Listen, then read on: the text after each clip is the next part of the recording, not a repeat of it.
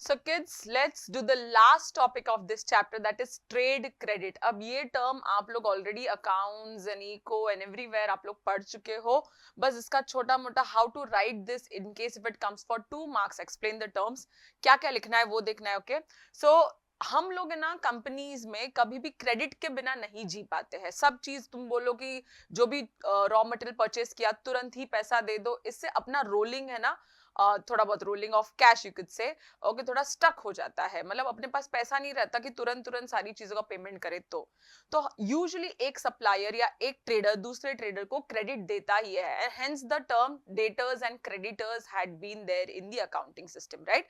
तो हम लोग बोलते हैं ट्रेड क्रेडिट एक मेजर सोर्स ऑफ फाइनेंस है. बहुत सालों से ये चलते आ रहा है. ट्रेड क्रेडिटर्स हम लोग बोलेंगे होलसेलर्स, मैन्युफैक्चरर्स, सप्लायर्स, जो भी ओके क्रेडिट बेसिस पे सेल्स करते हैं उसको हम लोग ट्रेड क्रेडिटर्स बोलते हैं.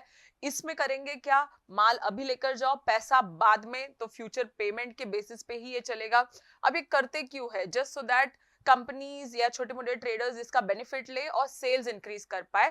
और ये बहुत पहले से कस्टम या ट्रेडिशन चलते आ रहा है, इसमें हम कुछ नहीं कर सकते. ओके हाँ, रिजिड टर्म्स जरूर रख सकते हो. मतलब आप बोल सकते हो कि भाई मुझे 15 दिन में ही पैसा चाहिए या 1 महीने के पहले पैसा चाहिए या कुछ पैसा एडवांस चाहिए. That is up to you guys, है ना.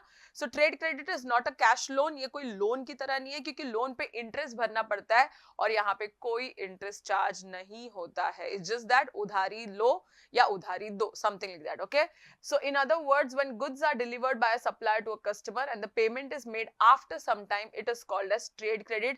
इसमें होता क्या है, छोटे मोटे रिटेलर्स ना इसी चीज के ऊपर रिलाई करते हैं क्योंकि उनके पास इतना बड़ा पैसा नहीं होता. Okay, without signing any debts, कोई पेपर वेपर साइन किए बिना आप लोग ये टाइप ऑफ डेट या यू कुड से ये टाइप ऑफ उधारी ले सकते हो.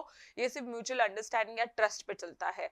तो जाहिर सी बात है, अगर आप फर्स्ट टाइम ट्रेडर हो, there is a very big chance कि तुमको ये सारा ट्रेड क्रेडिट ना मिले. Only people who have a good reputation in the market ना, उनके लिए ये मोस्टली पॉसिबल है. अब यहाँ पे देखो, से फॉर एग्जांपल यहाँ पे एक सप्लायर है जो गुड्स देता है ना, कस्टमर को या you could say the buyer को ऑन द क्रेडिट बेसिस. वो बंदा वो पैसे दिए बिना प्रोडक्ट लेकर जाता है, खुद सेल्स करता है, सेल्स से पैसे कमाता है एंड देन वो इनवॉइस पे करता है.